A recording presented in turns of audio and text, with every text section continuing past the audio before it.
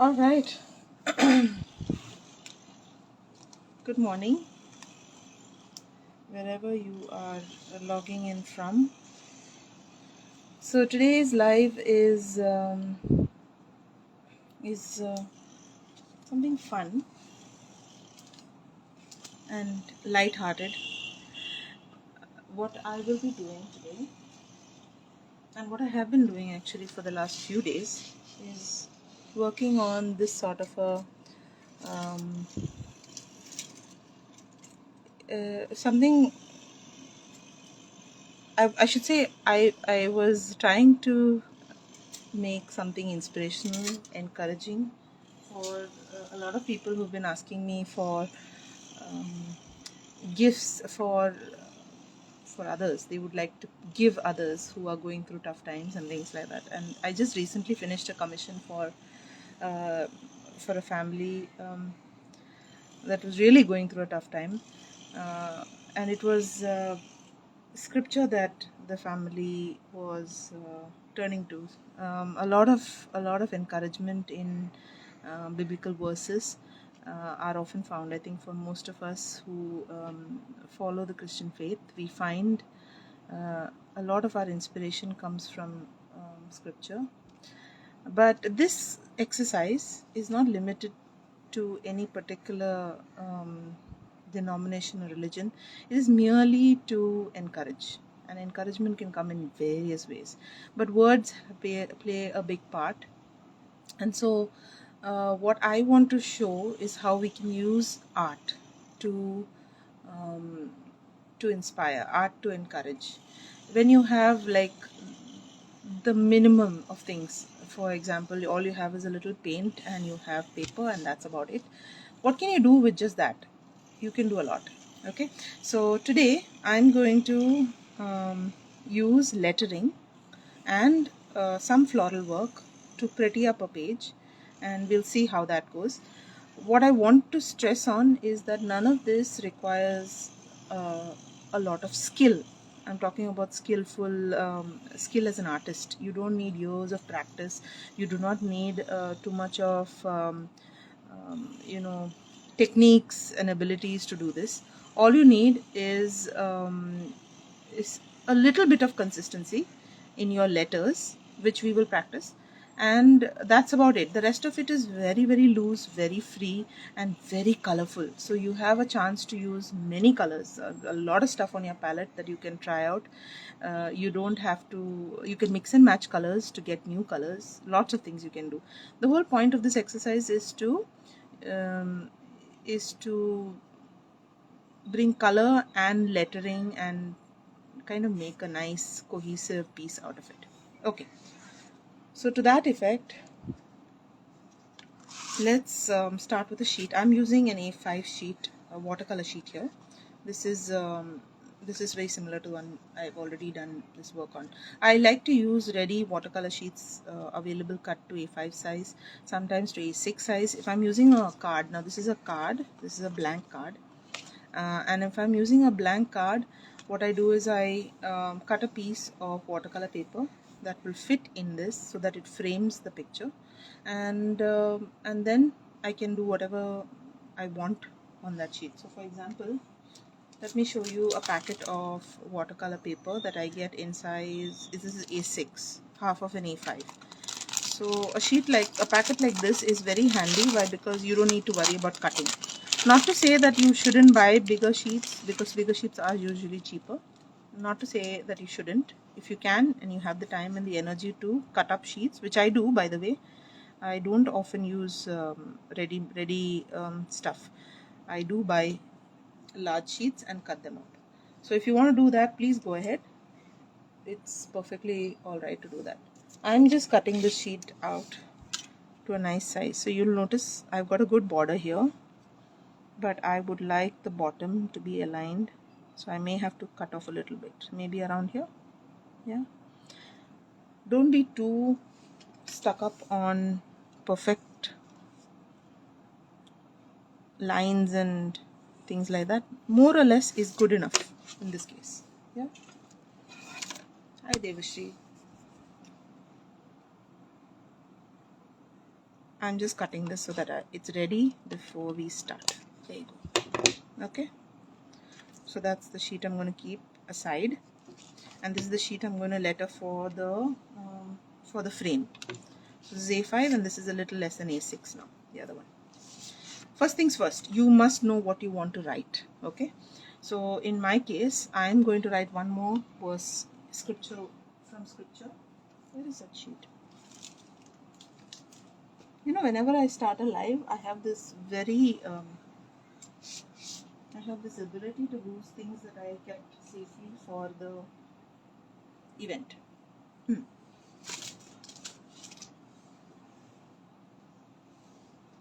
Yeah, there it is. So the verse I want to write today is from Matthew chapter 11 verse 28, that says, "Come to me, all you who labor and are heavy laden, and I will give you rest." This is the verse. We want to fit this in on a sheet of paper here.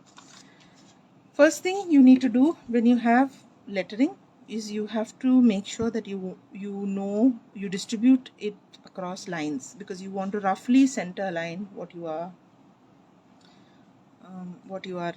going to letter. Okay, so here in this case I know that I want to, if you look at this size, you can't fit more than 2 to 3 words. If your words are small, 3 words will fit. If your words are large, only 2.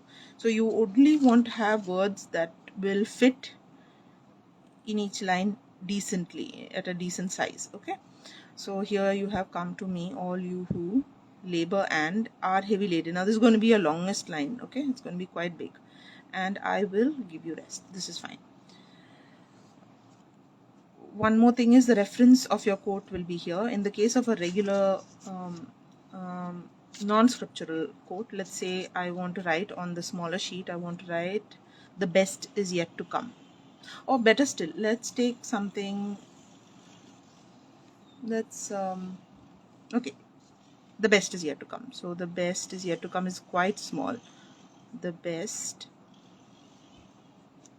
is yet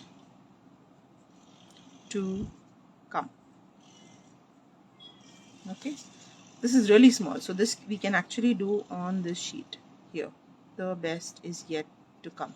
Yeah, 4 lines will work out very nicely on the smaller one. If you are doing a quote by somebody, you may want to leave this kind of a reference space at the bottom. Okay, so let me just does anyone have a suggestion on a quote we could use? Let me see. If you have a quote, please do suggest it in the chat. So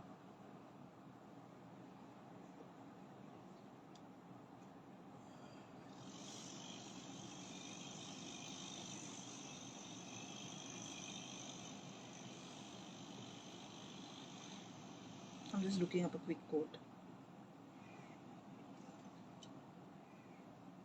Quote would be nice because then I need that reference at the bottom. And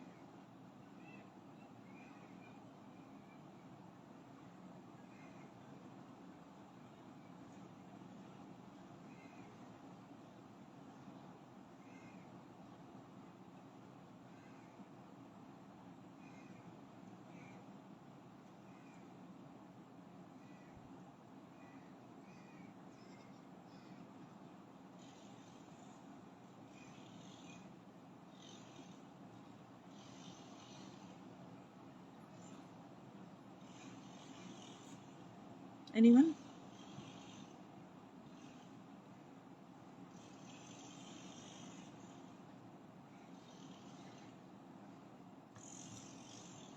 This is a nice one. "It always seems impossible." It always seems impossible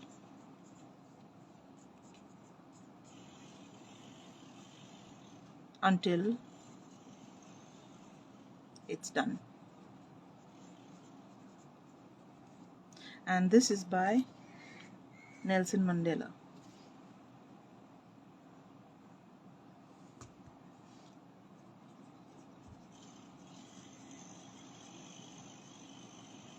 So we have here 1, 2, 3. I can't join anymore because seems impossible is going to be rather large, and until it's done is also going to be very large. So let's just split it up across 1, 2, 3, 4, 5 lines, and the sixth line will be the quote, whoever is the whoever made the quote, no, whoever said it, yeah, the reference. Okay, and here I have 1, 2, 3, 4, 5, 6 and 7 lines. Here I have 1, 2, 3, 4, 5, 6 lines. Okay, so 6 and 7 lines. Okay, this is 7 lines, this is 6 lines. Keep that in mind before we start. First we will start with the biblical quote, which is 7 lines. Now in this case I have already drawn my 7 lines. If you can see, let me show you the lines that I've drawn. I've already drawn these lines, and what I did for this is, because I have 7 lines, I took my ruler and I measured the midpoint of my paper, and after that I put in about 1.5 centimeters width. I drew 3 more lines above and 3 lines below, and that's it. So that's all I've done. 7 lines ready for me to letter. Now as far as lettering is concerned, if you are not sure, and if you are unsure about directly going in with watercolor, I would recommend write it in pencil. You can even write it once on a sheet of blank paper. Let me do that over here. Okay, so my first line will be come to me. Let me take another sheet. I have so many rough sheets lying around. Yeah, this is a good one. So we want to write come. So let me write it normally, okay? When I say normally, I'm using running hand, something we are all familiar with. This is not, this is too basic to call calligraphy. It's more handwriting. Come to me, okay? And we can do this. We can do this easily. All you who, all you.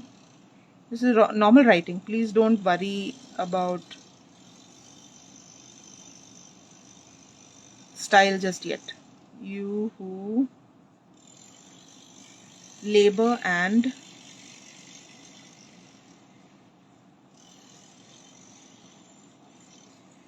I'll tell you how we can change this. Labor and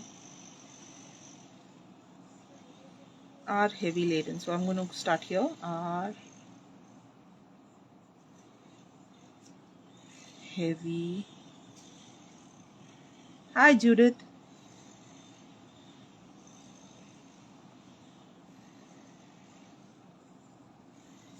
Laden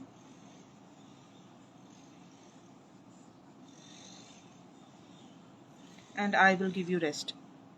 And I, so I'm going to do, this is how we normally write our I, and I, those who have a running, handwriting, or what you call cursive, I'm not sure, cursive or running or whatever it is, flowing connected handwriting, you will know that the I's are usually very curly and very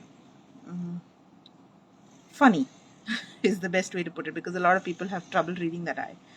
I will give you rest. Give you rest. Okay, very rough. Now what I'm going to do is take a pen and go over this. Oh, by the way, my reference at the bottom. In this case, the biblical reference. In other cases, it would be the name of the person who said it. You will have to write in a different font. So let's say try using capital letters and slightly small capital letters. So in this case, I will say Matthew, all capitals, MATTHEW,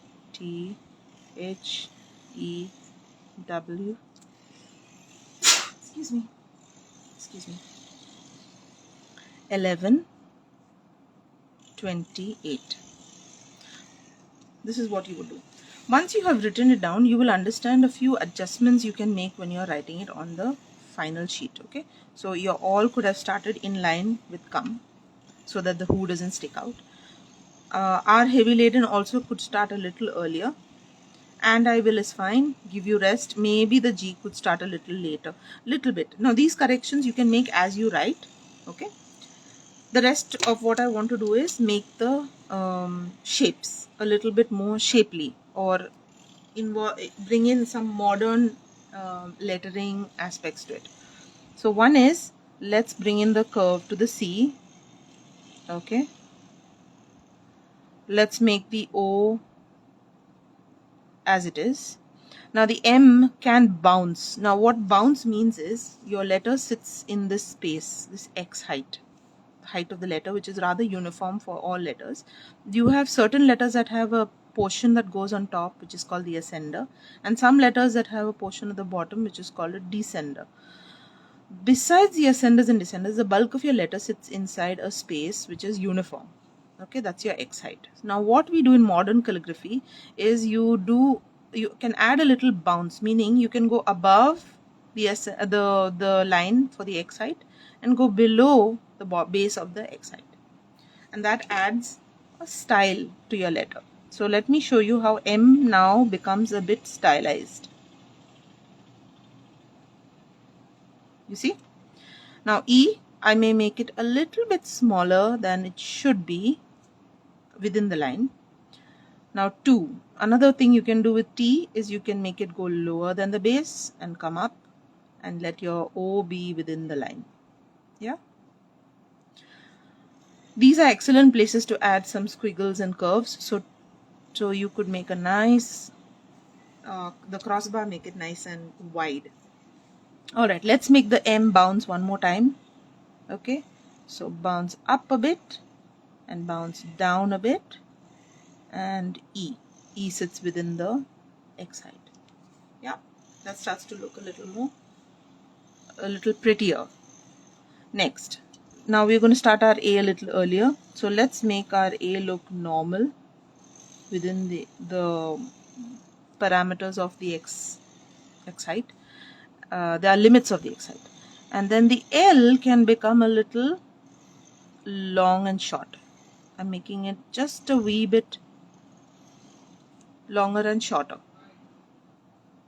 All U, Y stays more or less alright, but I'm going to make this part curvy. O is okay. U can be shorter, smaller, and let the bottom go a little lower. See, I've made the height of the U a little small. Now this part is again like an M. You can make this part small and the next part of the W larger. This, by the way, is not set in stone, these rules. You can play around while you figure out what you want to do. All you who labor will again be long. A will fit in the space that is there. Now this is where you have to be a little careful. You may have overlapping letters. Where you can, try to avoid it. Where you can't, do it tactfully. So I'm getting my B to be a little smaller and fits right there. O, U, and R I'm going to make nice and large. Then you have an A again. N was going to bounce. And D, instead of keeping my D just straight line down, I'm going to make it like a loop, like an L. Okay. Alright, going ahead, I could start a little earlier. So let's start with A. R is going to be big. E is going to be normal sized. H, let that go below. E, A will become smaller. Now the V can be slightly larger. The Y descender can curve nicely. Heavy, laden. Okay, my pen is acting up. D again, like this. As you write, you will notice you are getting more comfortable with the bouncing of these letters. Okay. Now is going to be a little bit of an adjustment. If you put your eye right here, you're going to clash with the Y. So let's make a slight tweak, and so this is going to upset our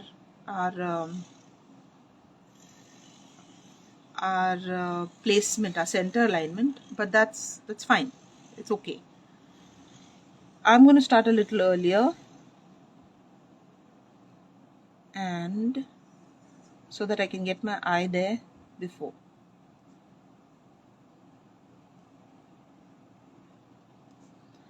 My eye is going to come here. I will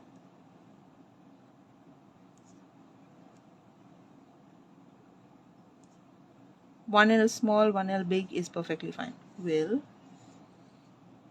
give, G is okay, normal. Use these descenders in interesting ways. Give, you,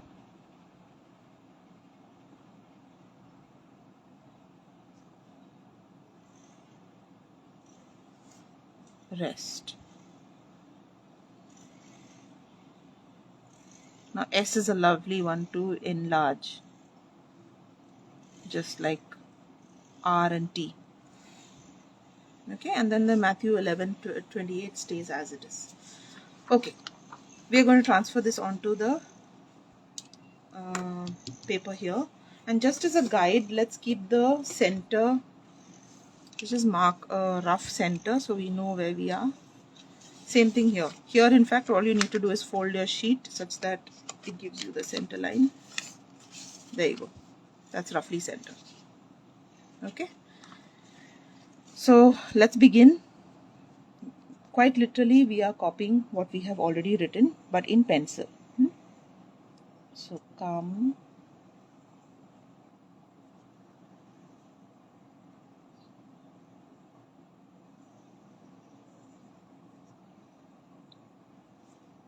to,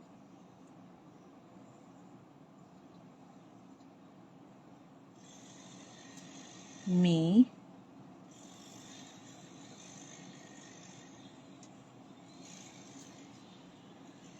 all. So this is roughly here.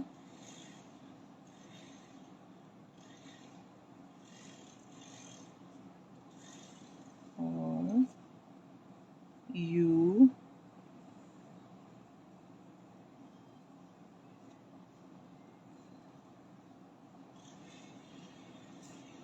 who,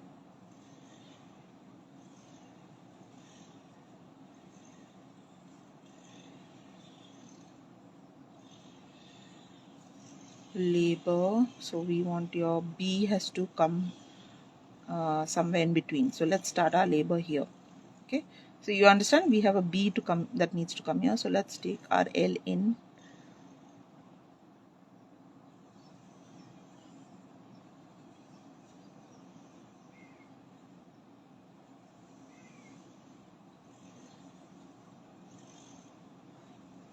labor, and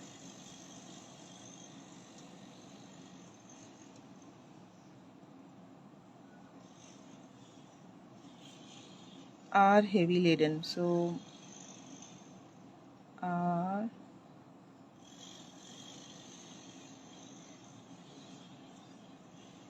heavy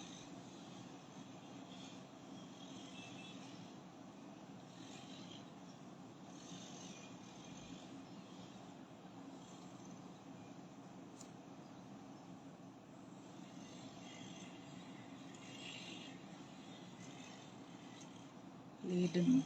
D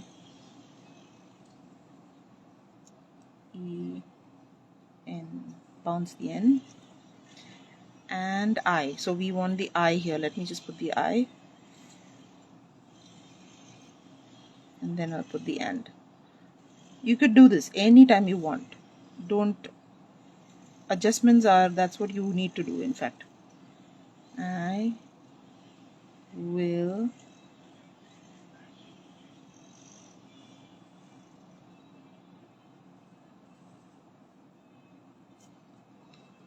give you rest. So let's start here. Give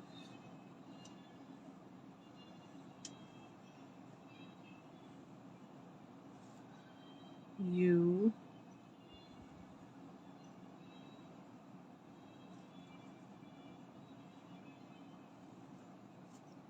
rest. R is big, E is small, S and T. Full stop. I forget full stops very often, so please watch out for full stops. And then you have the reference, scripture reference, which is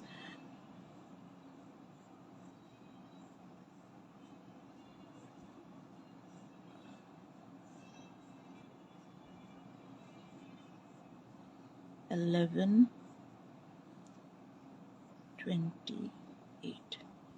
Okay, this is important. This is the first part. Once this is done, the rest is quite simple. I will now suggest that you take a sheet of paper, and this is something that you should do always. Have a sheet of paper that has the reference of all the shapes or the flowers that you would like to make ever. Like a ready reckoner. It's a very nice thing to do. Let me see if I can find mine. My ready reckoner of flowers is this sheet. Okay. This is so handy to have. Every time I'm out of ideas, I just go back to the sheet and I look at these shapes and I come up with, okay, let me use this one and let me tweak this one and add something else, change the color probably. Once you see many options, your mind starts to move forward. Otherwise, if you say to yourself, let me paint a flower, you will put 5 petals and you will not know what more to do with it. So this is why I say a ready reckoner is very nice. Of course, you don't need to have a ready reckoner because Pinterest will give you, Google search will give you a whole lot of ideas. The only problem with those is that you end up scrolling and forgetting why you went there, and it's a rabbit hole very often, right? So I have on too many occasions to count lost myself looking for photos, looking for references of florals I could do. So to prevent that, I have now compiled some. This is just some. I have more sheets, many more sheets. And by looking at them, I'm not distracted because then I have seen what I need and then I use what I want. Okay. So this is very nice. This is a very nice activity to do on a day when you have nothing on your mind. You just want to simply paint, draw a whole lot of flowers in different shapes with many petals, 5 petals, 4 petals, all sorts of combinations. Put color that you enjoy using. Okay, you may draw something, paint something that you think looks better in another color. Try that out as well. Okay, and with the flowers you must try leaves. So why do I say try leaves? Because we can't visualize on without seeing how certain things appear. For example, let me show you this example.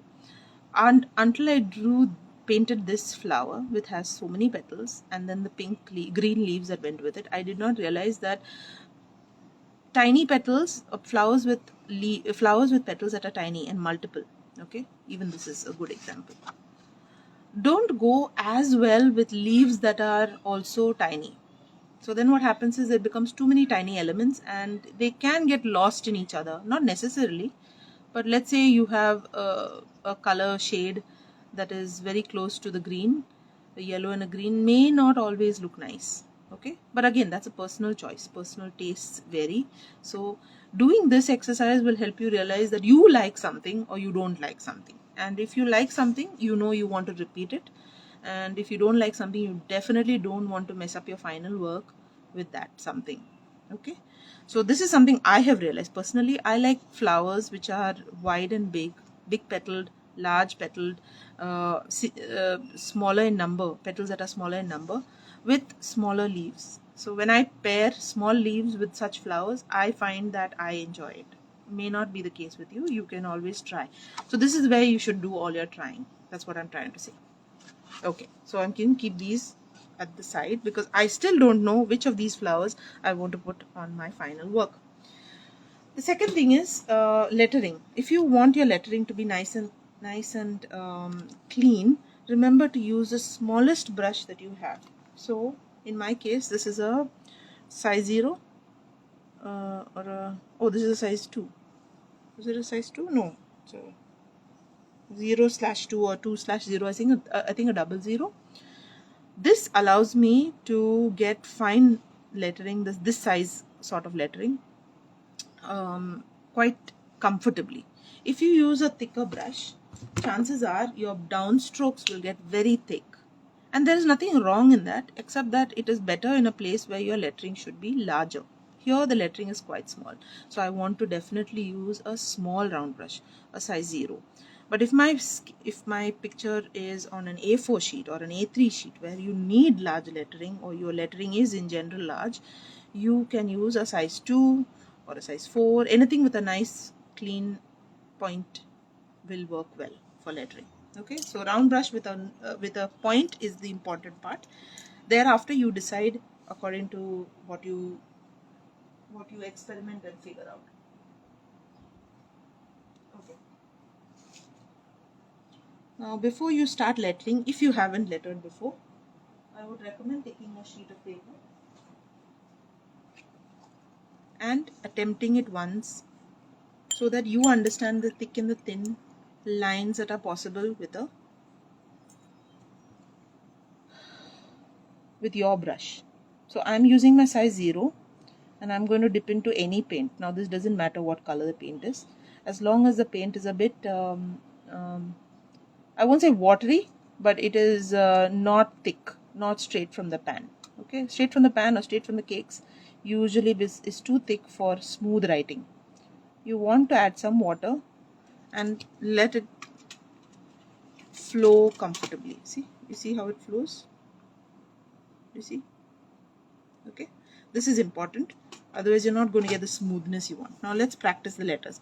Before practicing letters, remember down strokes. That means where the stroke of the letter goes downward must be thick. So here's me pressing down to get a thick stroke. Down strokes are thick, and up strokes, that means when you go sideways or up, your hand is lighter, it is not pressing down, and the same brush can give you a thin stroke. See?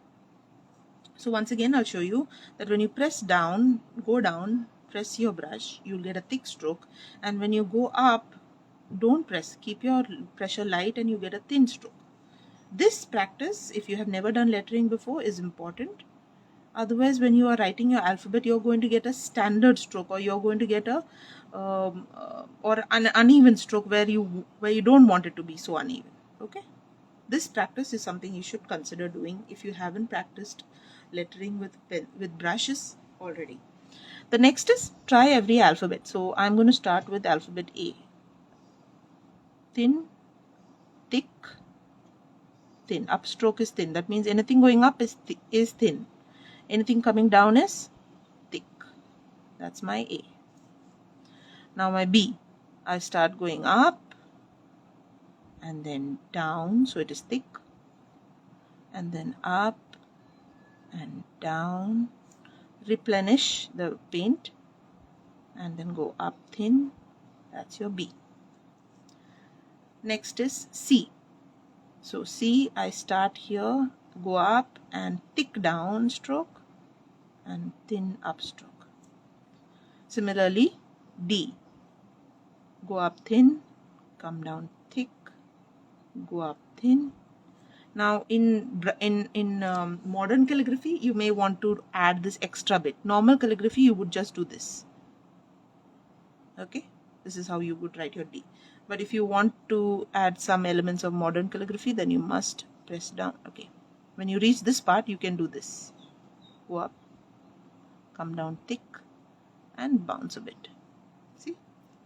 Variations. So this way, try out all your alphabets, and if you want references of this, you can go to Pinterest and just search for them. You'll find a lot of references on writing letters in modern calligraphy letters, alphabets. Okay. Now since I don't have that much time to go through all the alphabets, I'm going to directly go into painting this, what is already written out for me or written out by me. And this time I would like to use a green color. So I'm going to pick a green from my palette here. I have some ready greens, so I can use those, or I can choose to mix certain colors. So I could choose to mix some colors. So when I'm mixing, I'd like to use a bigger brush, simply because it will take a long time for me to make a pool of color that I want to use. By the way, this is just adding water. I'm just adding water and keeping there. I'm going to take yellow, and this is like a warm yellow. No, not a warm yellow. Cool yellow. My mistake. Something like a lemon yellow. A cool yellow. Yeah, lemon yellow is not warm. And to that, I'm going to add something that is, yeah, I'm using what is the blue? I forget the names. This is a Daniel Smith set, and I'm not very used to it. It's oh, it evades me. The other thing I would also recommend is keeping your tissue handy close by, so that whenever you need to dab, you have all your stuff close by. So I have a tissue here. Little more yellow to make it brighter. Yeah, that should do. I like this green, and I'm going with green lettering today. Even though my leaves are green, I somehow feel like I've so far attempted lettering in blue and in pink, in brown, but today I want to try lettering in green. Okay, back to my size 0. Plenty of paint. I don't want to run out of this paint in the middle. That is why I made plenty of it. Now remember, your strokes have to be thin when you're going up and thick when you're coming down. Once again, thin going up and thick coming down.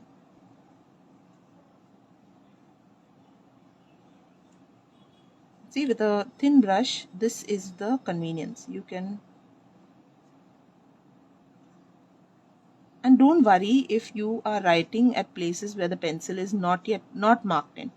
This is a constant worry for many people. Oh no, I'm deviating from what I should have. I'm deviating from the pencil marking I made. That's fine.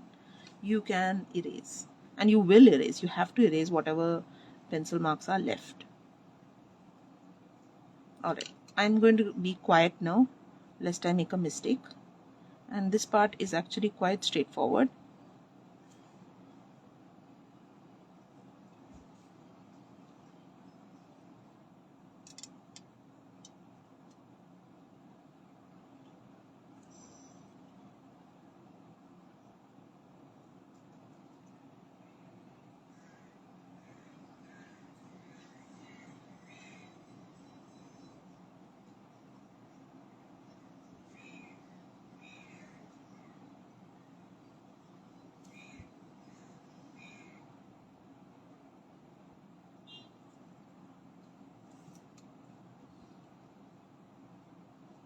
By the way, you can do this without the pencil marking.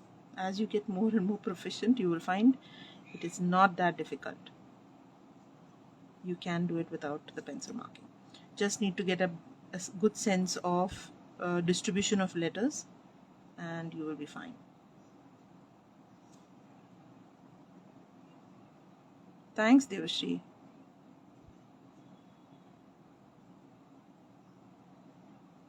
I hope someone's trying this with me. It's not that difficult.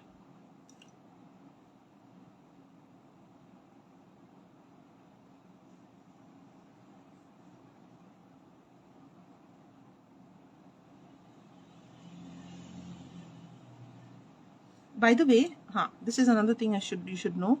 The same thing that I've shown you here can be done with a brush pen. A brush pen that is readily available in the market. Any brush pen. Dom's has some, Camlin has some. They're very affordable. and this exercise can be easily done with brush pens. They work the same way. I of course personally enjoy the actual brush and paint, because paint is thinner and paint also doesn't bleed on a lot of surfaces, on a lot of paper. The ink in brush pens can bleed. Also, I have found, I could be wrong, I may be using the wrong paper for it, so not always the case. Also, the flexibility of an actual brush is better than that of a brush pen, so that's the reason I enjoy it. But it can be done, and I can actually show you one example. Let me show you a brush pen I have. Yeah, this is a good one. This is just any, I'm using a Zig brush pen, and I'm trying to show you the thickness. So most of the brush pens you do get nowadays are quite thick, especially the easily available ones. So let me take this paper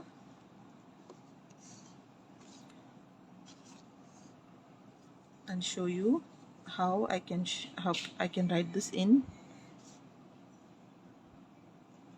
Okay, it's a light touch and then a heavy touch and a light touch.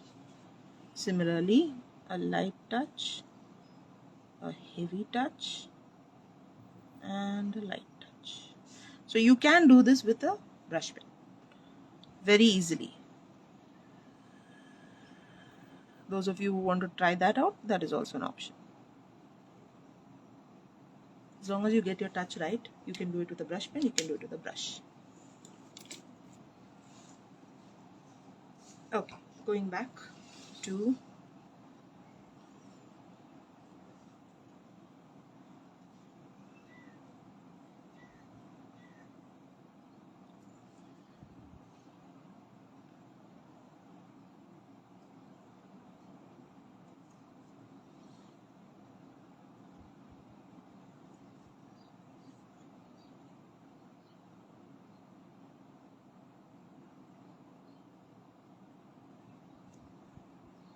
because this color is rather dark, you don't see the pencil markings that we go over.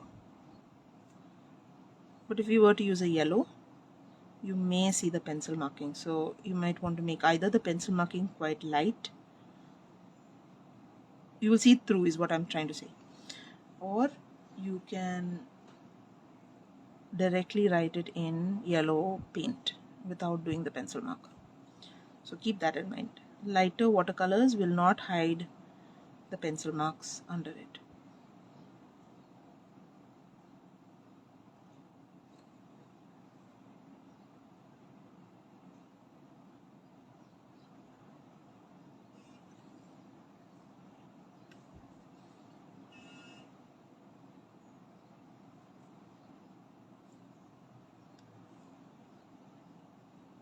Hi Alka.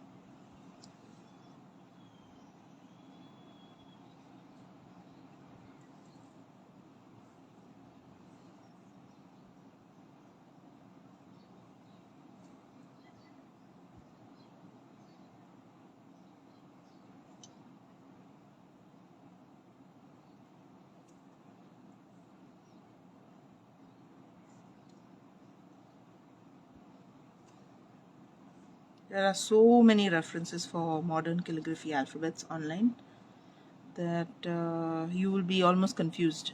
I was at one point so confused. I wasn't sure which one should I follow. Should I take the L from here or the L from there? And then I realized it's really not, you don't have to worry so much. You have to understand the concept. And after you understand that, do it the way you seem to enjoy. It took me a while to learn or understand, at least. I won't say I've entirely learned it, but bounce letters, very very tough. I couldn't understand for a long time how to manage the letters going up and down, below the X, above the X, below the base, above the X line. It baffled me,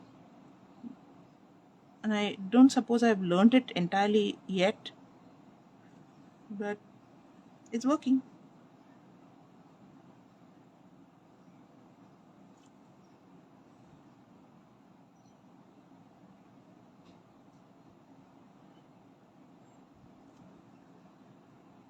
As you paint, the water in your paint will start to reduce and the paint will start to get thicker. Keep that in mind.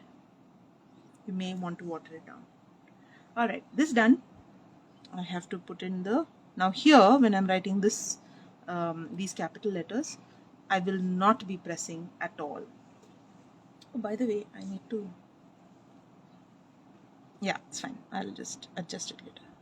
I'm only using a light pressure to give an even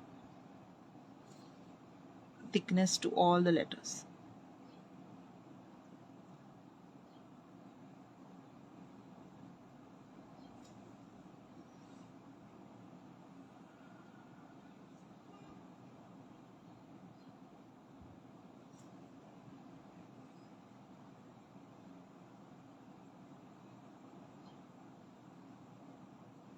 Okay.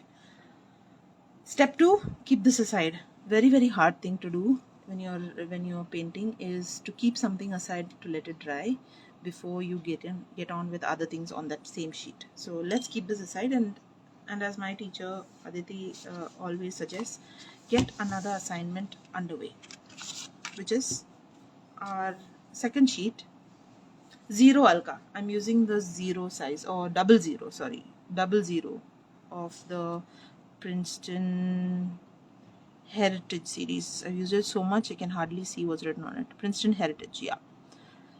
00. I love this brush. It gets me my details so well. I really do enjoy it.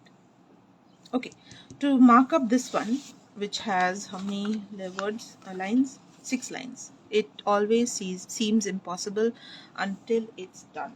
So says Mandela, and we are going to figure that out for ourselves. Now on this sheet, I will not be writing as big as this because it's going to be quite a bit. So I'm going to have to press my brush down a little carefully so that I don't get very large lettering or wide lettering. Yeah, they are really good. I agree. Okay, midpoint. Midpoint. I don't like midpoints with the inch scale. Okay, let's try from here. Okay, 13 and a half. 13 and a half. If it was 13, it would be, middle would be, oh, but we don't want a middle always, right? We want 6.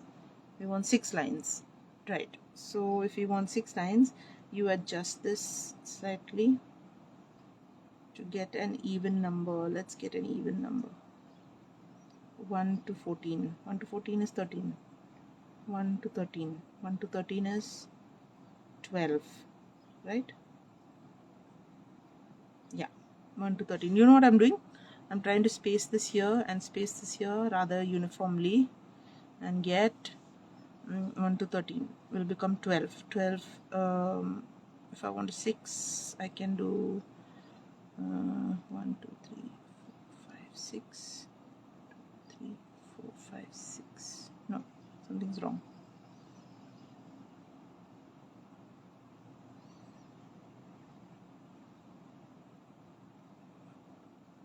One, 2, 3, 4, 5, 6, 7, 8, 9, 10, 11, 12, and I need only 6. So 1, 2, 3, 4, 5, 6, 7, 8. Do I have 6?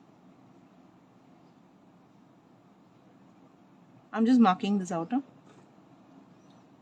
I start here 1, 2, 3, 4, 5. No, I have to start here 1, 2, 3, 4, 5. 2, 3, 4, 5, 6. Yeah. Okay. Roughly, something looks right. I'm just going to wing it. I'm a very impatient person. I can be a very impatient person.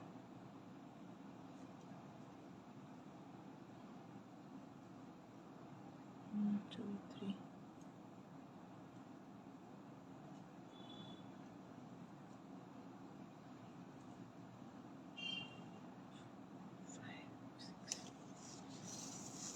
then draw my horizontal lines. So starting from the bottom here,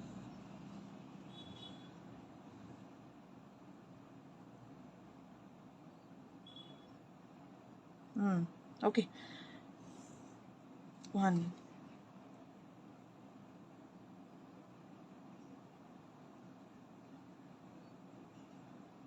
2,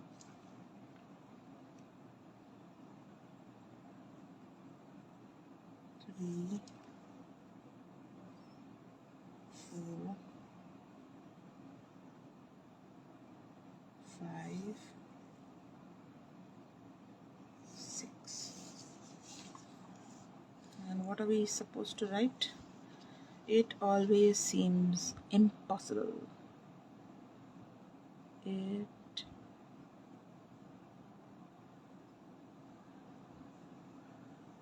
Oh no, that's not going to work. Okay, let's fix that later. Always.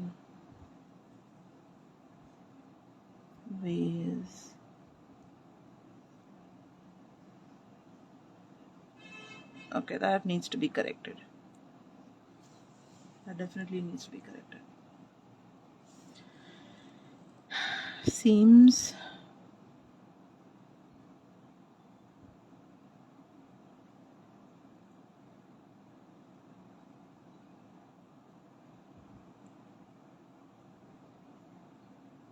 impossible. Oof, that's a big word. Impossible.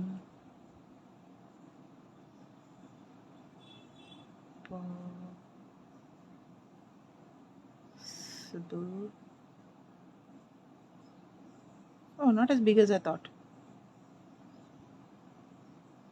See, this is what happens. It goes all over the place until it's done.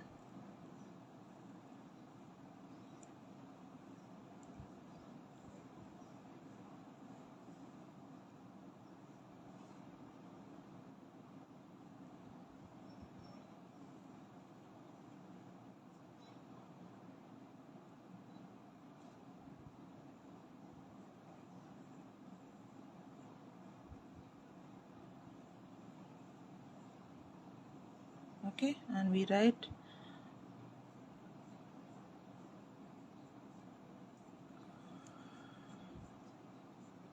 I'm going to make a few adjustments as I paint, and this is something that may or may not go right, but don't worry too much about it. If we start worrying, we will never come around to actually trying.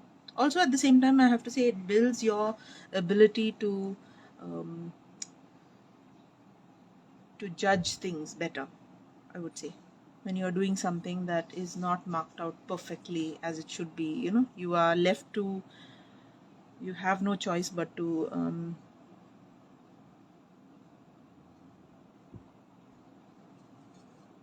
manage. Okay, I'm going with a shade of purple and pink. Yeah, and I don't need as much paint as before because these are smaller letters and less number of letters. Okay, now it always has to be corrected, so I'm going to make that correction here. I'm starting from here.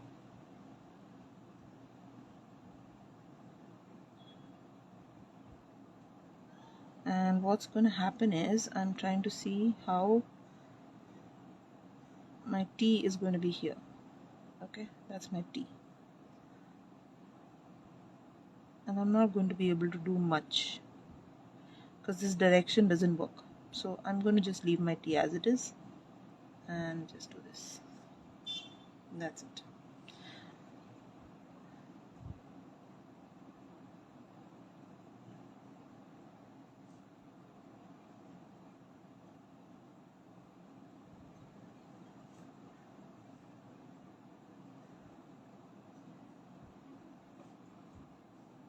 Press down a little less so that you can fit the words.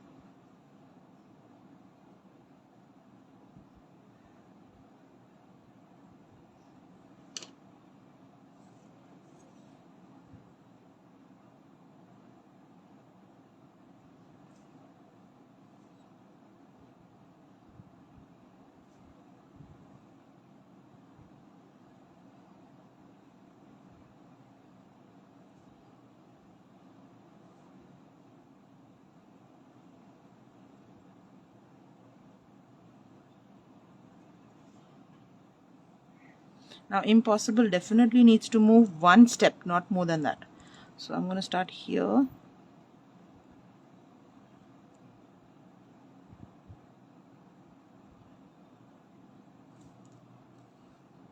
I'm correcting this.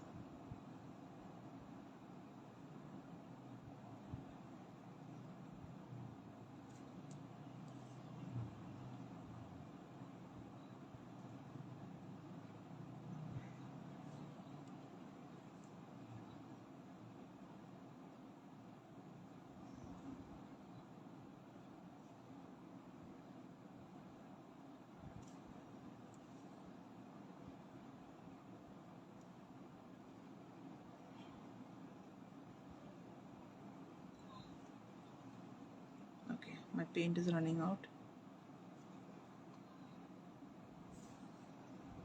Okay, I'll just move my until a wee bit.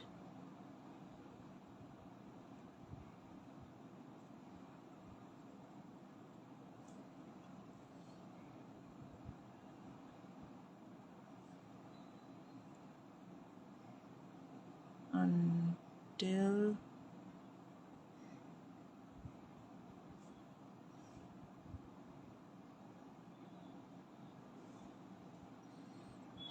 this also seems to be a little too far, so I'll bring it in a little closer. It's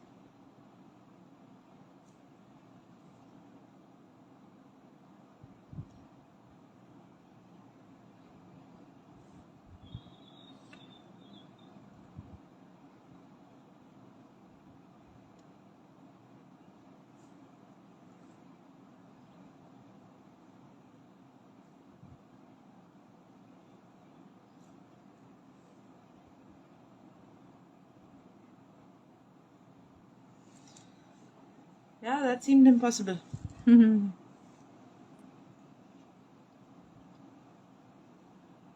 This is more challenging to get the small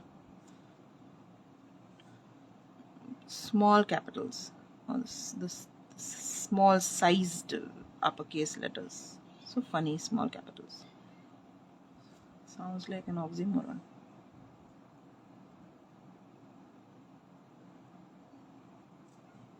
And I'm running out of paint.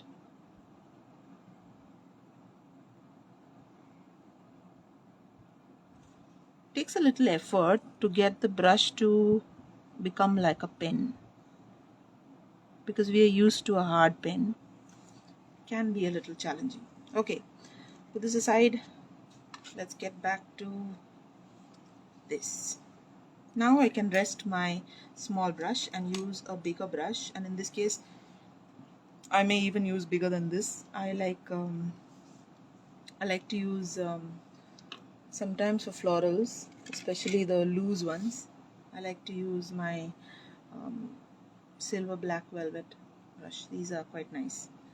Okay, one thing I normally try to do is I try to plan the colors just tentatively. Huh? I love these flowers. I don't know why. It comes to me so naturally. But some less naturally coming to me sort of flowers are the regular ones. Where are the regular ones? Yeah, this is nice actually. These 5-petal flowers. I could try this, and they are rather broad. We could try this, and then you have two colors interspersing two colors. So why not? Let's give it a try. So let me try the blue ones at the end. What I want to do is I want to put two big ones here. The biggest of my flowers here at the ends, opposite each other. They will be the same color as well. Then I will add a few more flowers here of a different type, of a different color, and I will have a third set of flowers here. And as I come to this end, it's up to me, depending on the space, whether I want to put more flowers, tiny ones, or I want to start putting filler elements like berries. Berries is a good option. Okay, so in my earlier one I have done berries, and I quite liked the way berries look at the end. They kind of fill in very well. But all this has to be around the text. The text is not going to be touched, and we are going to try our best not to come very close to the text as well. Okay, So let's try flowers that I'm not comfortable with. Okay. Also the shades I move across carefully. Let me see if I can. Oh, sorry. I'll start with the blue. You know these blue orchids that you see in the market? I love those blue orchids. They're the oddest sort of color for a flower, but they go so well with the purple. So I'm going to try something like that along those lines. So my first flowers are going to be absolutely loose 5 petal flowers. Okay, this part is where you don't overthink too much. Just do paint, put paint on paper and get on with it. Very, very important. We don't do this often enough. Put paint on paper and get on with it. Very, very important. I'm going to go in with a little purple now. I have these colors already ready because it's my Daniel Smith set, but if you don't have it, please make it.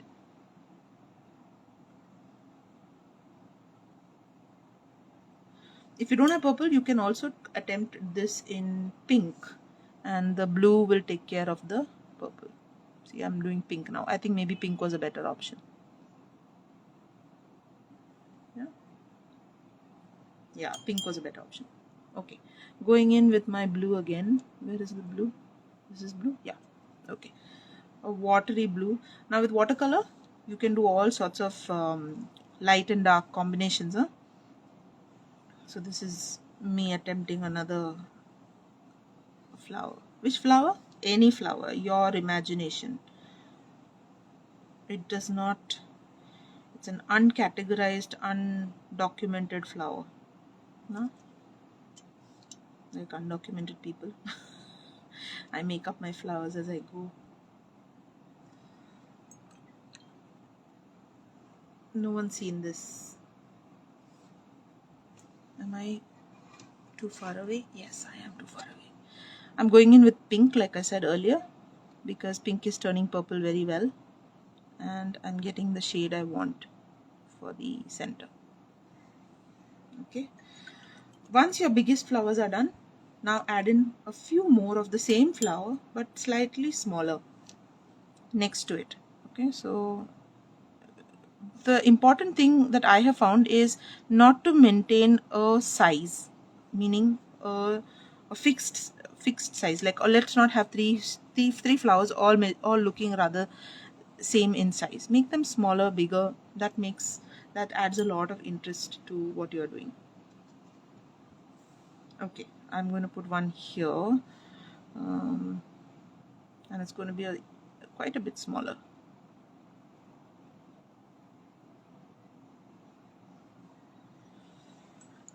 Unfortunately, I have to keep wetting my brush to get in the new color before the blue dries. Yeah, once the blue dries, it's tough to add this bit of purple to blend in. Going back to my blue, this time with a little more watery blue. Now here I have a little pencil mark. I would like to erase this before I paint over it, because like I said, pencil marks don't get erased after paint has gone over them. So I have a little bit of out here, and these are irritating because my flowers will suddenly have a line going through it and I can't take that line off afterwards. So just a quick erasing of these lines will be helpful. We are bordering, basically what we're doing is we are bordering our text with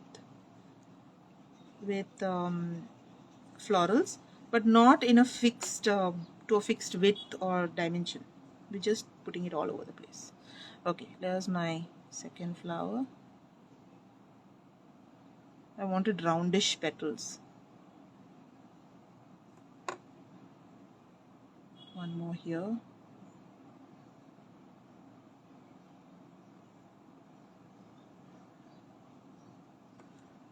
And wash my brush off. Get pink. Pink that turns purple, and you're done. After this I will go on to the next flower. Now after blue, I have not had blue flowers before, so because I had green text I said let me just try blue flowers. Okay, after blue I'd like to go on to pink, or in this case I'm using quinacridone, big word. In the Camlin set this would be something like my crimson. Okay, and for this flower, let's look at something. I like these. How about these?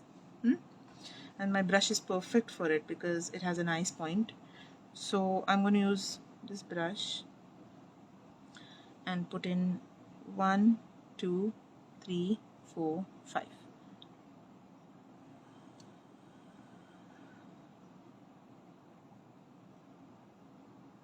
These flowers won't be as big perhaps as the main flower that you put, but that's fine. You will still have size variations in this. Let me show you. Yeah, that's bigger. I like to mark these out because I somehow feel the balance of the flower will go off if I don't mark.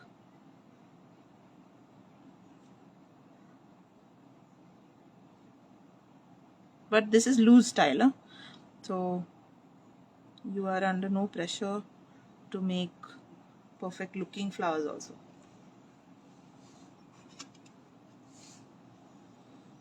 Take it easy, enjoy it. That's the whole point of easy florals. Enjoy it.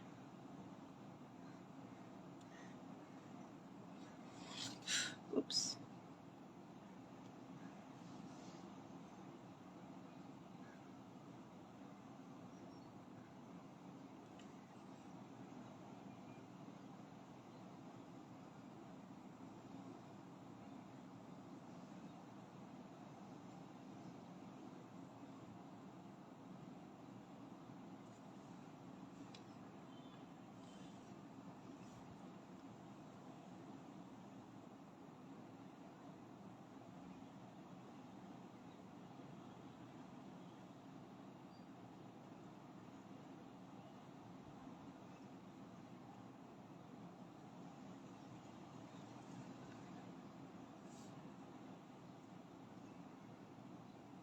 Variable sizes, all of them different.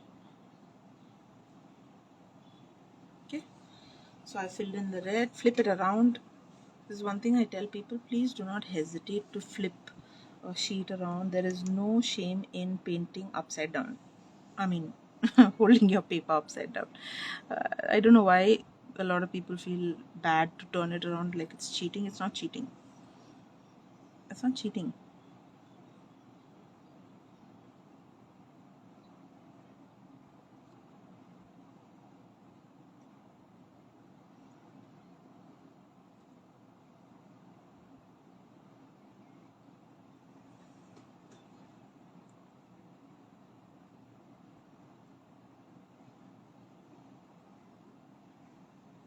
Smaller flowers here. Oops, I got too close to the letter. I would advise against getting that close. Should not have done that.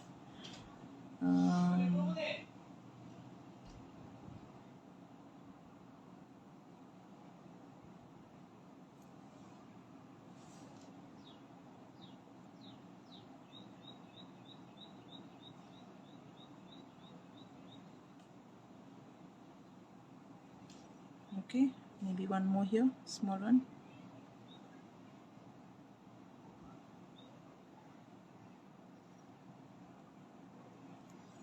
These are a lot faster when you do it quietly, by the way. Talking doesn't make your painting go any faster. I'm going to rest my silver black velvet. I'm going to get back to my Princeton size 2 because now my flowers are getting smaller still. Now I will go in with a orange. And why orange? Because I actually want to get to yellow, and I'm going to start using some filler flowers here which are yellow. So before that, let's just do some orange. And among orange flowers, I was thinking we could do something like which type? Yeah, this one.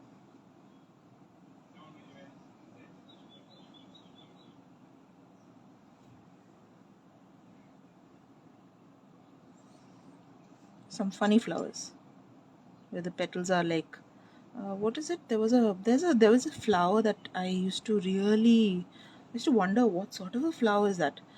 It looks like pencil shavings. Which one is it? Oh, I forget. Really, like pencil shavings. The petals look like pencil shavings.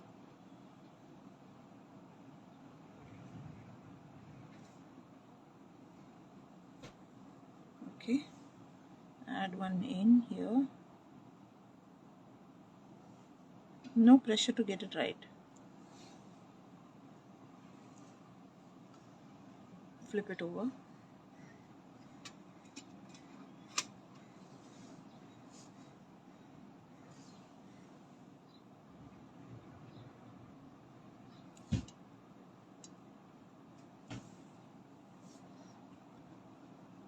Let's put a big one here.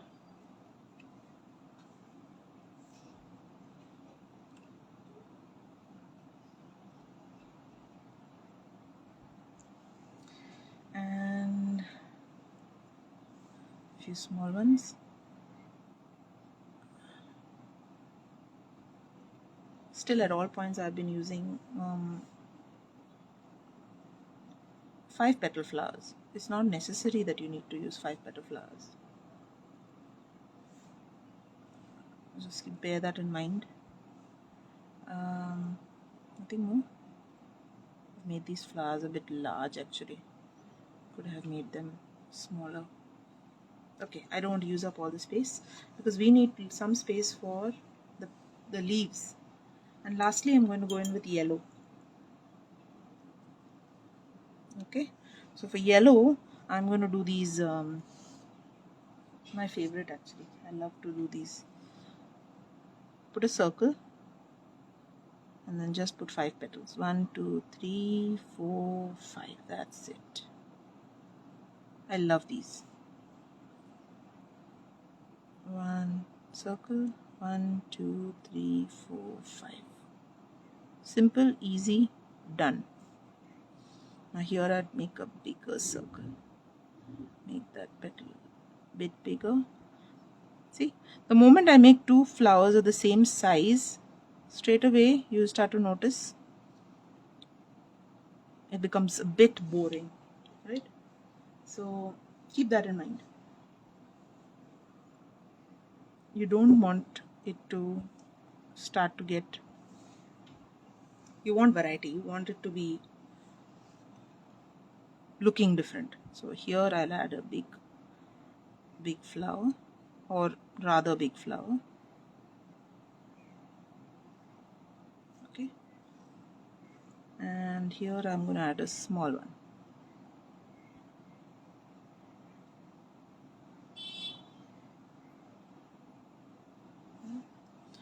I think that should be enough. Let's just leave it at that for now.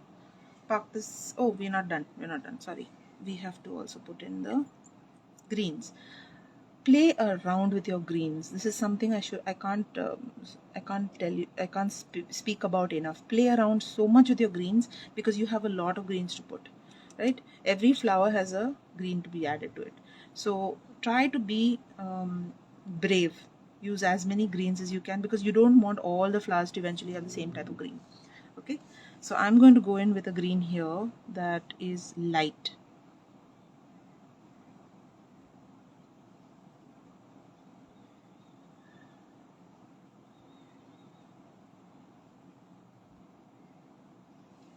This type. And I'm also choosing to have thin leaves for this particular flower. Thin leaves, very thin leaves.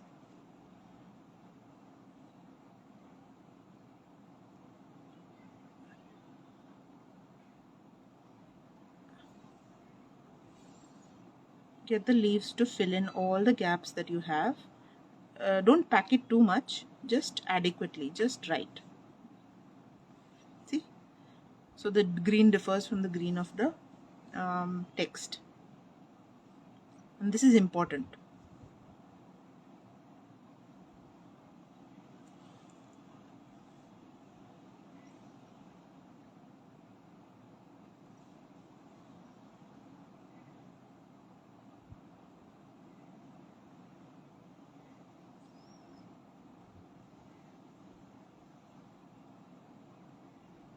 Okay, leave it at that.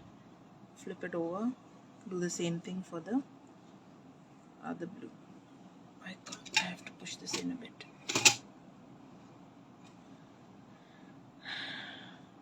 Okay, let's pull it out.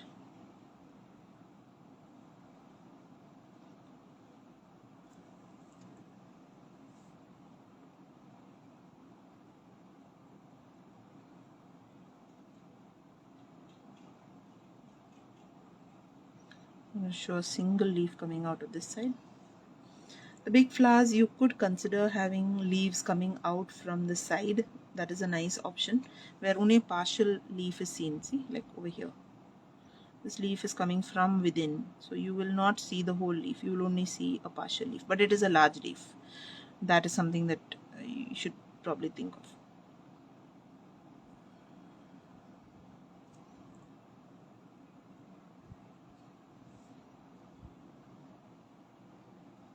Got too close to the letters. Be careful of that. My leaves are also becoming a little thicker, so I need to control that. Carnations, yes, Alka. Thank you. No, but even other than carnations, aren't there those, what are these? I forget, my grandmother had those little plants.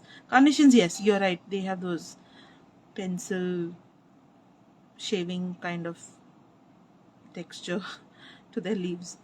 When we were kids, we used to, but this other plant I'm talking about, it had small flowers. What are they called? Oh my. It's just slipping from memory.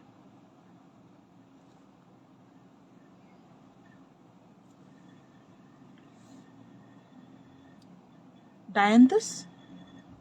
Dianthus, maybe. Yeah, I'll put one leaf here as well.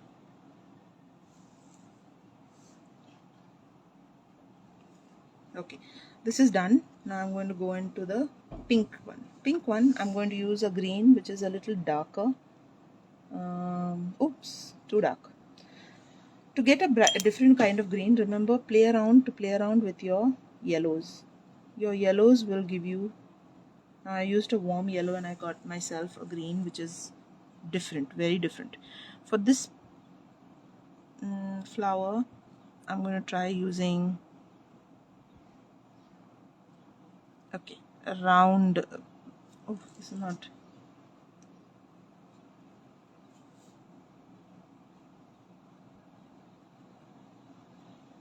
roundish leaves. Given that the flower is quite pointy, put the branch out and then add your leaf.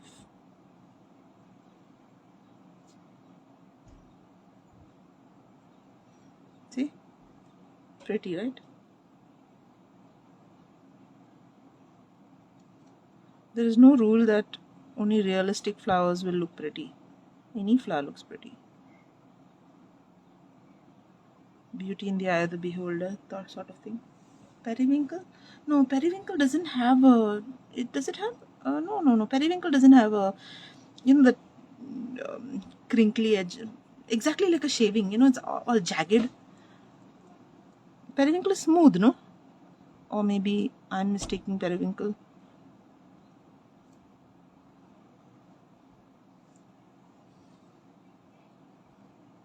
I can't remember. Age is definitely catching up. Look for the spaces. This is important, huh? Because you may not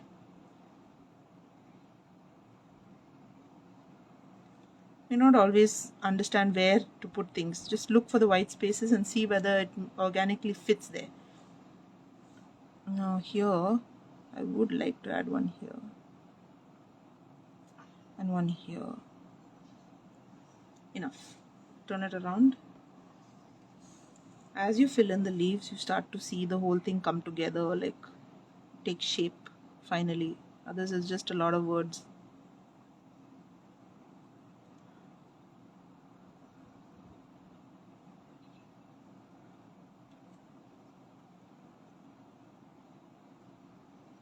This is the part that is actually easy, because you don't need to do this perfectly. It doesn't have to be the perfect leaf or the flower.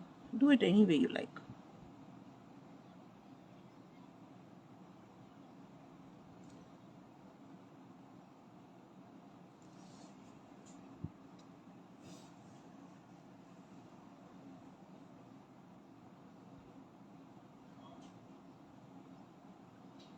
Small leaves, big leaves, everything's allowed.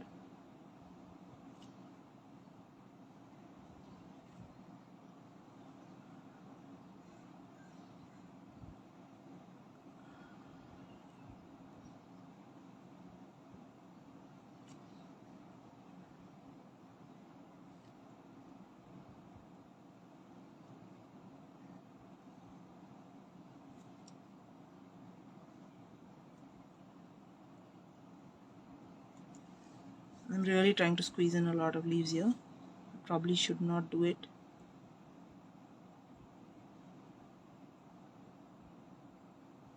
Yeah, probably enough. Now for the orange, I clearly know I'm going to go in for a blue-green kind of a blue-green, which is very similar to our text.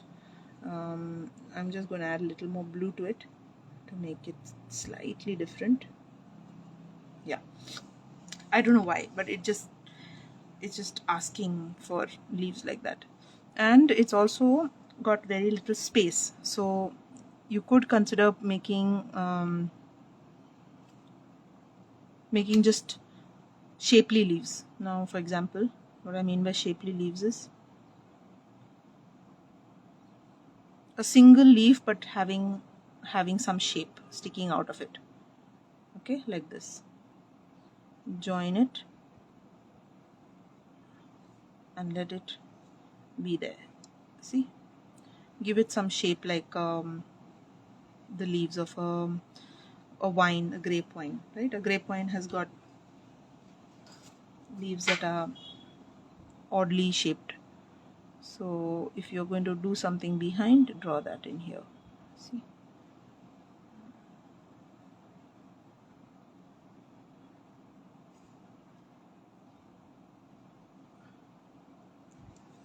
I'm only doing this because of the space, not because of anything else. If I had left more space, I would have been able to make better leaves, but since I haven't, I'm going to have to make do with what I have.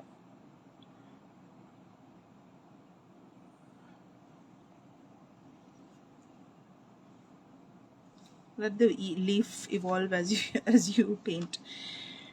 It doesn't matter. Okay, here's 1, 2, 3, 1, 2. Yeah.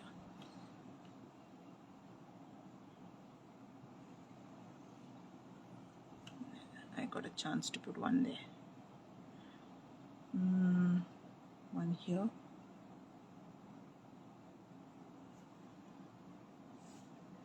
Here's a good opportunity to have more than one. 1, 2, 3. See?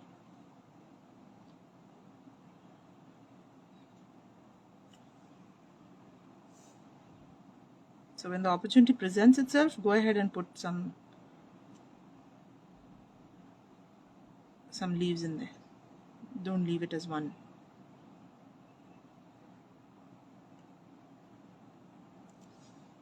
Not much. Here maybe. I don't want to get too close, you know.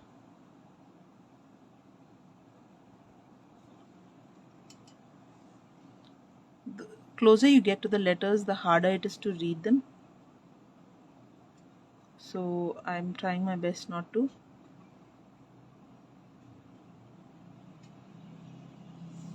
Not to get too close to the letters.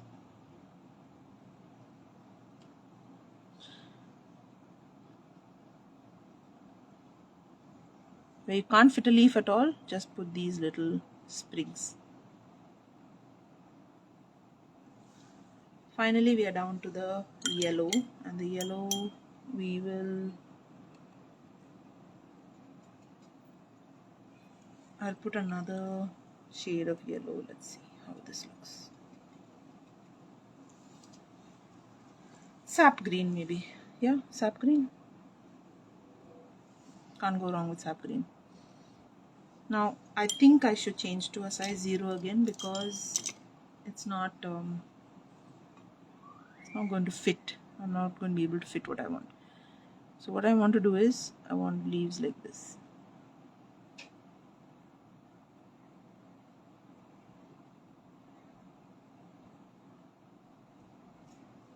Weird, no? We've never seen these kind of flowers or leaves before.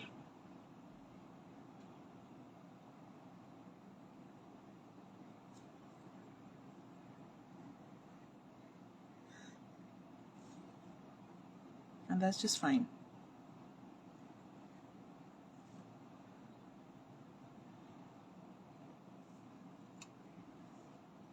Sap green has gotten too dark because it got mixed with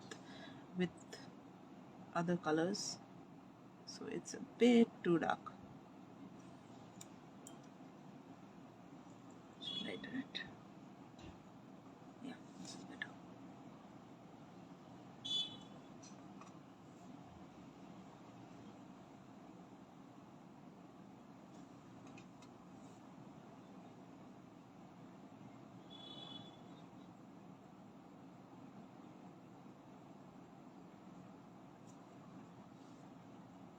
Oops.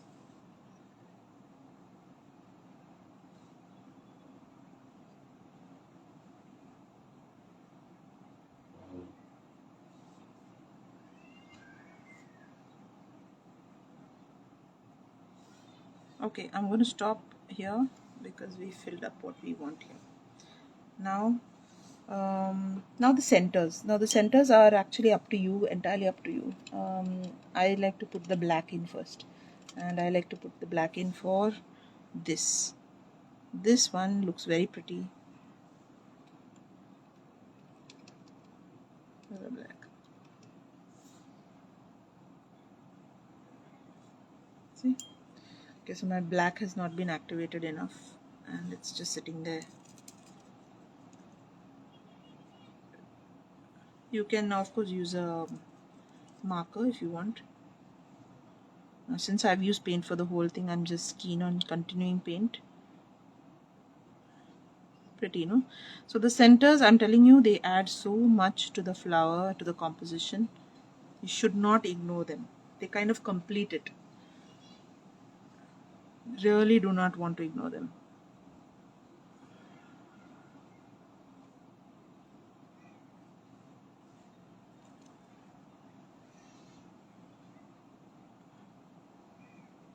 See?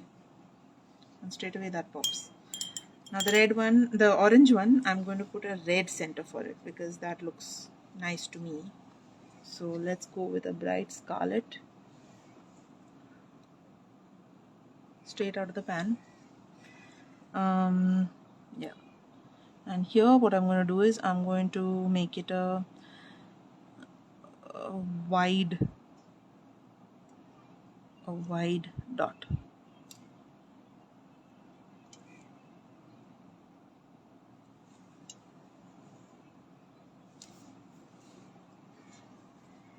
Changes the nature of the flower entirely.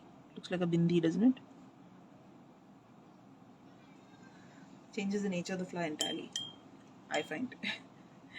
Okay, then we can have our what I like also is to leave white centers. I don't know why, but I love white centers, and so this is why the white here looks quite nice. Even here I don't mind leaving this white, so maybe I'll just leave it white. What I will do last is this, and for this I'm going to take a blue which is the same blue that I painted, except it is going to be concentrated, and I'm just going to draw these lines in the center, dots in the center and lines radiating from the center. So it has to be really concentrated because our blue is already quite dark over here. So if you're going to get a watery mix in, you're not going to get it standing out when it dries. Just make sure it is a nice concentrated mix.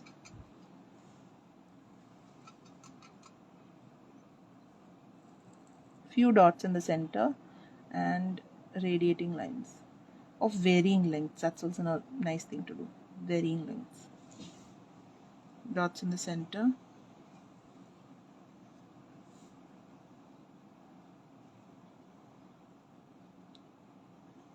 And radiating lines. As the flower gets bigger, your lines can get larger.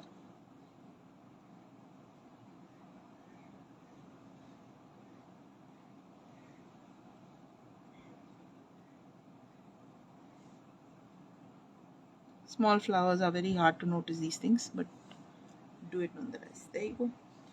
And this one's done. What I'm going to do is keep this aside because this needs to be dry before I erase. What we will do is get back to this. And for this, my largest flowers, I'm going to use number 2. Let's start with the yellow. I like my yellow.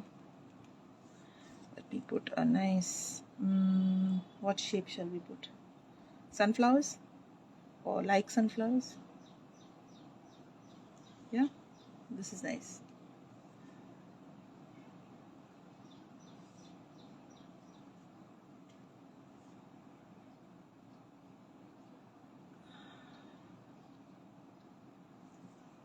You can go in with a little bit of yellow ochre if you have it, just to give some shading if you want, not a necessity. I like because I just like to add a little bit.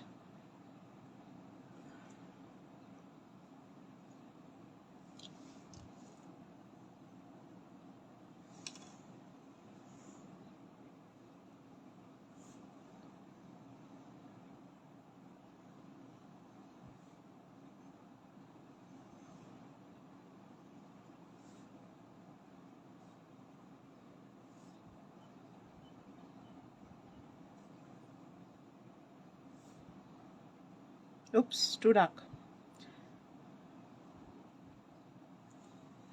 Use the same yellow to make a few small flowers. Smaller versions of the same thing. Not perfect. Not at all perfect. And that's the fun. It's the lack of perfection that we're trying to enjoy here. Okay, but I have to take care now that I do not paint over the lines. I'm coming very close to the lines, which is why I need to erase them. So let me just get to that, erasing it, before I proceed with any more flowers. Okay, these lines are coming in the way. This is tricky business, so if we try to erase it earlier,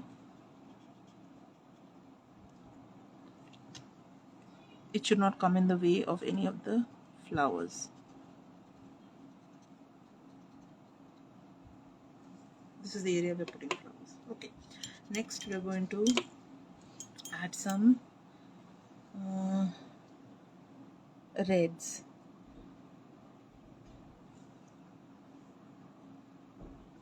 And for reds, I'm going to do my favorite.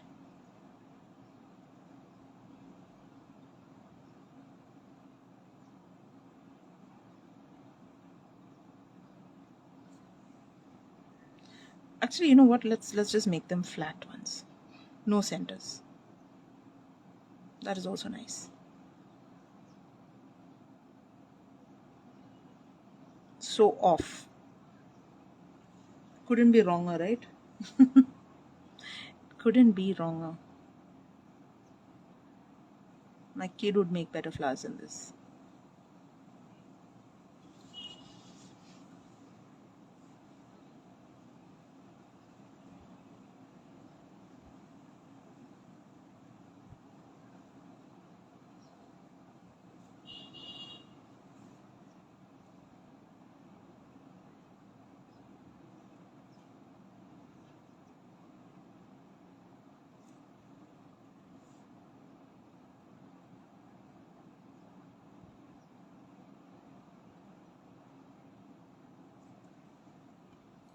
Next is going to be purple. I'm going to go in with a little bit of purple.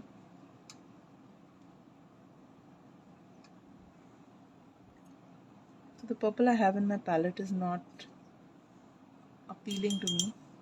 I don't know why. I'll just make it with the pink.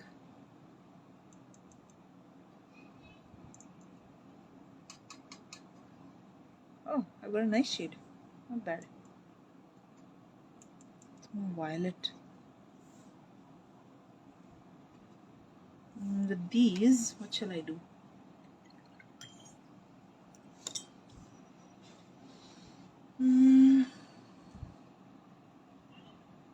Oh, my triangle flowers, not bad.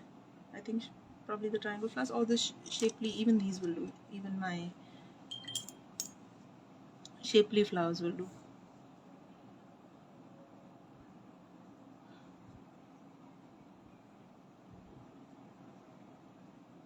Actually, now that I think of it, I should have made 4-petal flowers. And I should have made it pink because our lettering is not to worry. Greens are going to come and save the day, so don't worry about this. It's what always happens. You can fix it.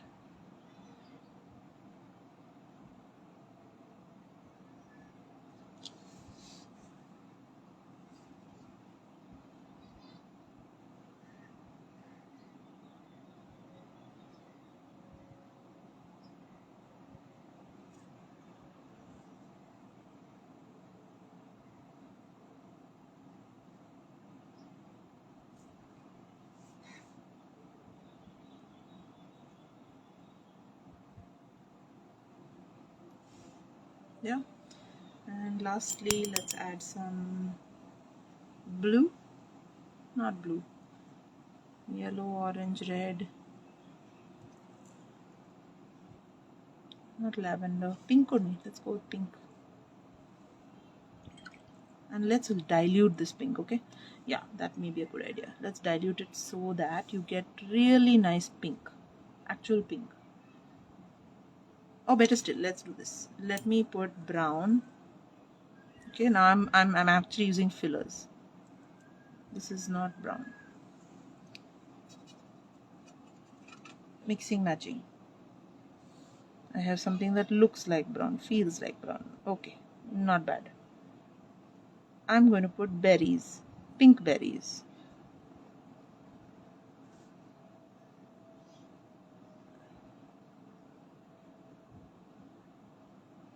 Okay, I'm just drawing the pattern in.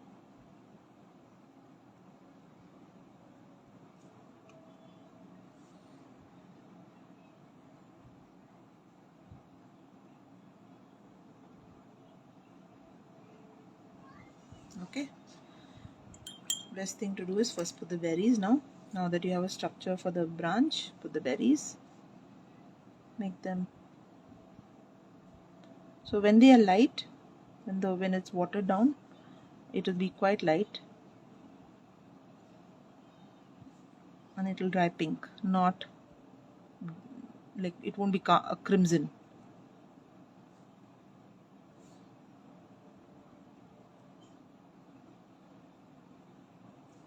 Watered down crimson will definitely give you a pinky color.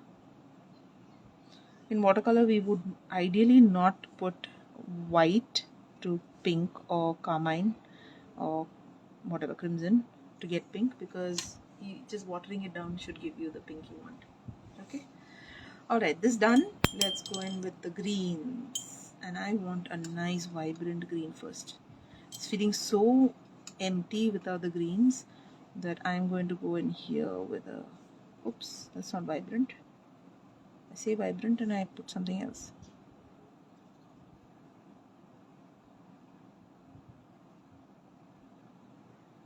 Hidden leaf.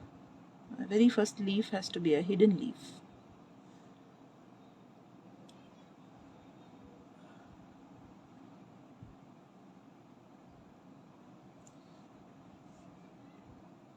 The texture of this paper is different from the texture of the A5 I was using, so keep that in mind. The texture of your paper and the type. Now for example, I think this is 100% cotton.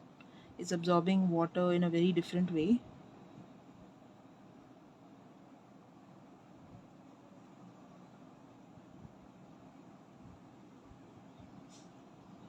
It's staying wet quite a bit. See? Not looking great? Don't worry. We can always add in a few things and it will look better. Don't worry about that yet.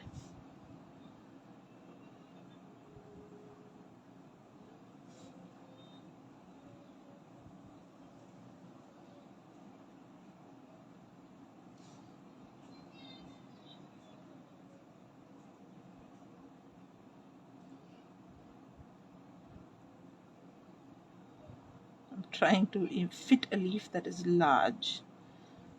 It is a little challenging.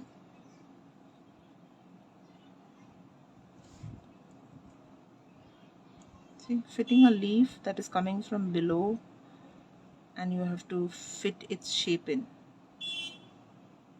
See? Okay, yellows are done. Now let's get on with back to my size 0 because size 2 is already too big. Here, shall I put sap green or this green? Or a light green maybe. Okay, we are coming to the end. And what type of leaf shall we put here? Actually, we could. Why can't we put some bluish leaves? Anyway, we are not doing anything real with this composition. Let's consider bluish leaves and round leaves. Yeah, like those. What are those? What are those plants? Silver eucalyptus. That's the word.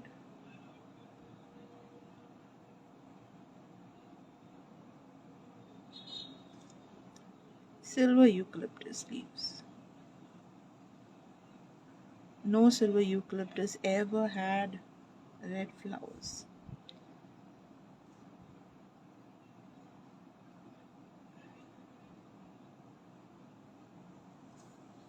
But our composition does, and there's nothing wrong with that.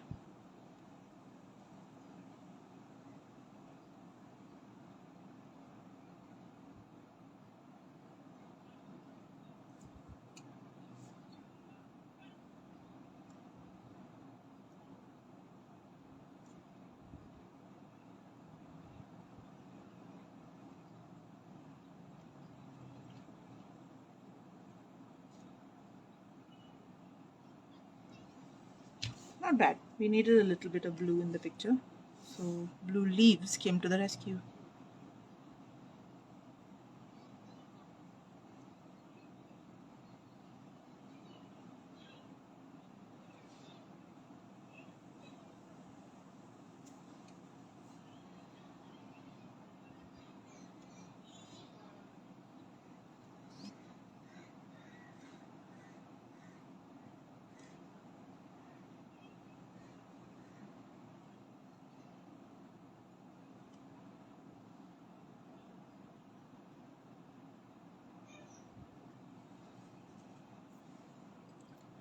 On to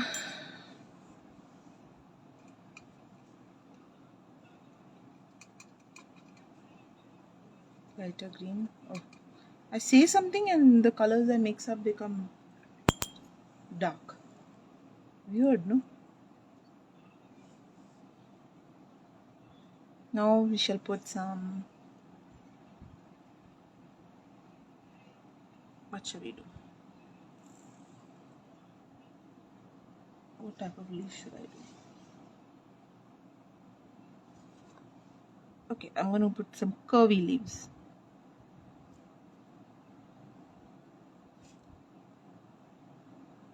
It's there in my collection, some very odd curvy leaves.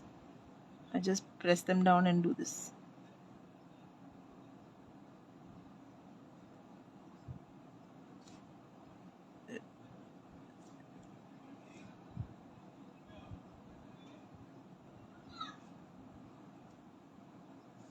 that's it. Fill up the space and we're almost done.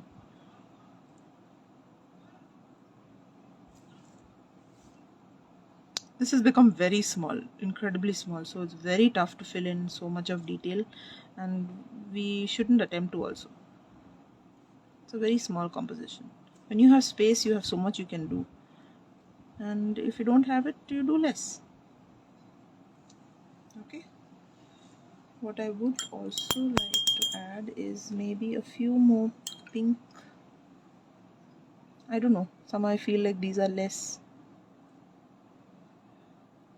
smaller sizes because all my buds are looking like the same size. Now you'll be wondering if I'm going to suspend these buds as they are in the center like this. No, I will go back and I will add them in with stems. They are not suspended buds, but I'm just making them slightly different in size. Okay, let it dry. Meanwhile, centers. Now what looks like the sunflower will definitely need a brown center. So let me mix my, you mix a red and a little bit of green and you will definitely get a brown. The kind of brown that you don't like to paint normally, but that makes a world of a difference on a sunflower.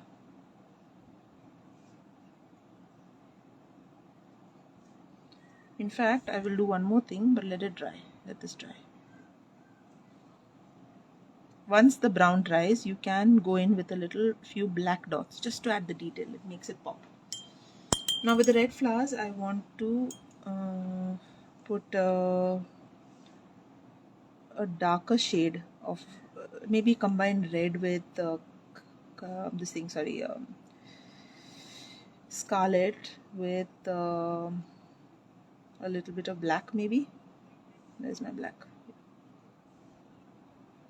Or maybe a bit of purple. And what I'm going to do is I'm going to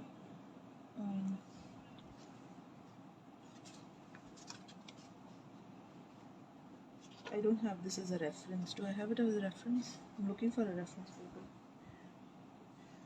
See, you basically make a circle and draw lines towards the center but going all the way out.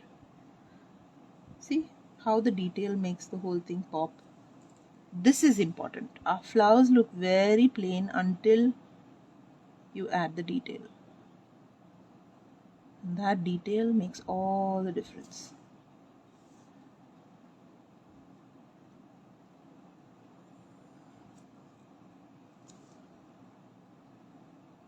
Put a center, radiating lines. Right? And suddenly it looks like, wow, what happened to that flower?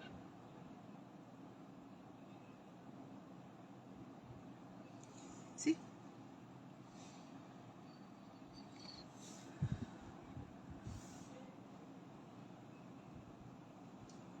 Sometimes you want solid centers, sometimes you don't want them. So keep that in mind. You want to distribute when you have a solid center, when you have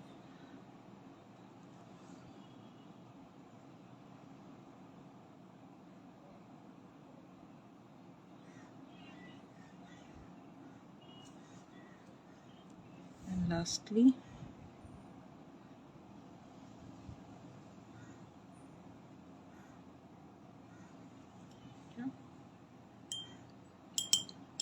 now these could have actually had white centers, and because I did not leave enough white spaces, I will probably take a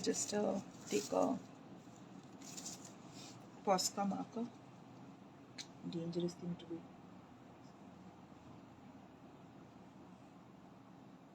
So if you don't know what this is, Posca markers are acrylic markers.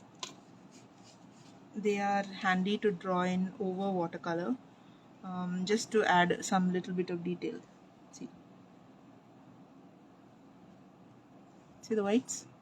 It's opaque, so it's going to stand out, and that's the whole point. We just want the centers to be white. Okay, that's done. One more thing that you can do, I have done it in one of the others, is you can add some detail and definition to the leaf. If you put a center line, now I should show you, yeah, there you go, this is one. Look at the leaf here. I added the detail to the leaf. Instead of adding it to the sunflower, I added it to the leaf. And the other thing is, you can add centers. I told you, you can add dots into the brown to make it interesting.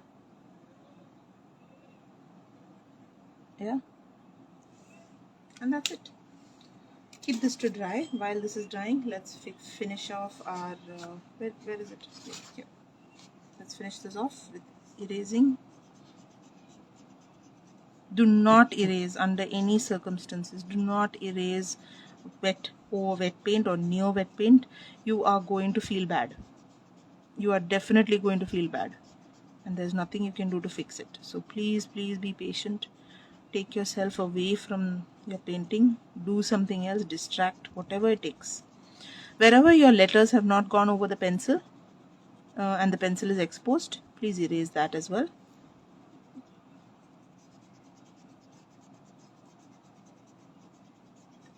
Yeah, done. Now this can easily go into a frame like this. I love these kind of frames. They're so pretty, they're so cute. The best thing about them is you don't have to it's not set in, it's not sealed permanently. Most of our frames that we get, okay, they come in many sizes.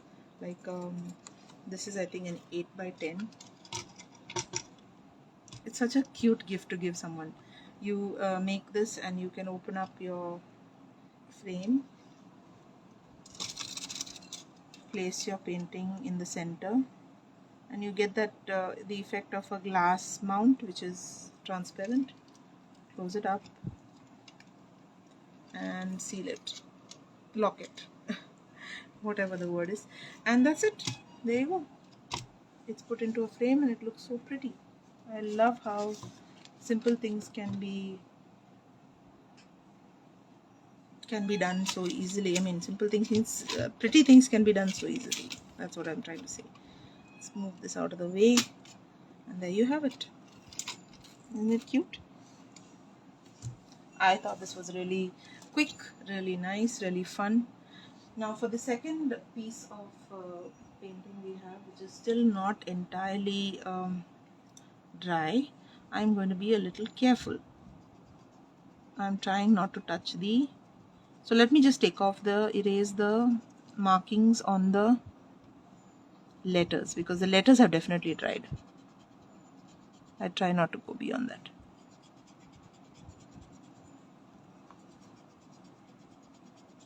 Yeah, letters are fine. And here I've got to be careful.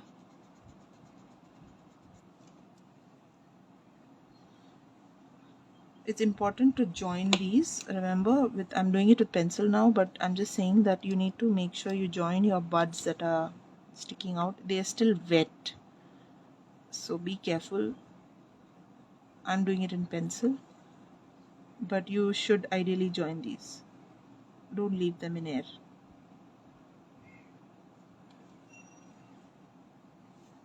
Now this goes on a card, and you can place it on a card.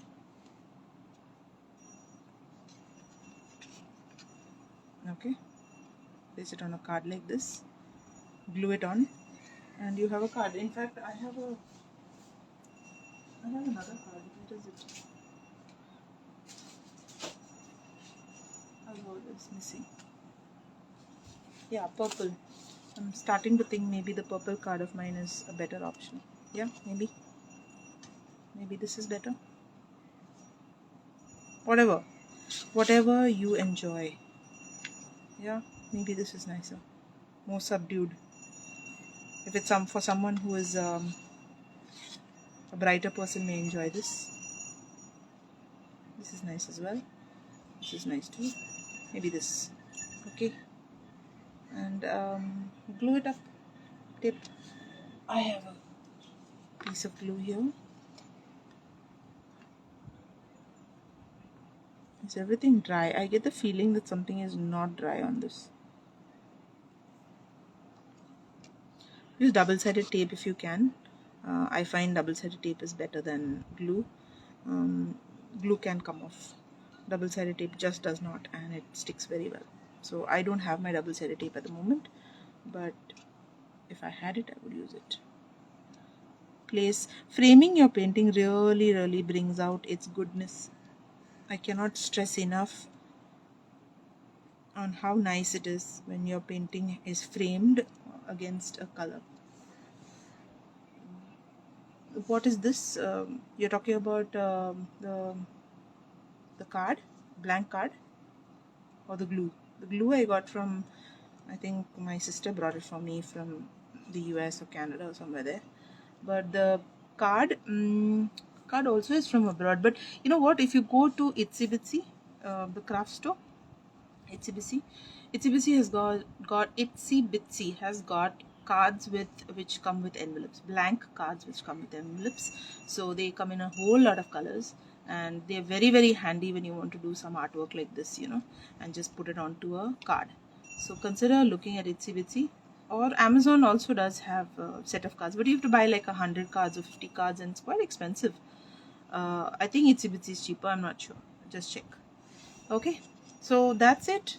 Here's our frame and here's our card, and I think it's been fun. Yeah, thanks for joining in, everyone. It was great to have you around. I'll see you in my next live. Bye.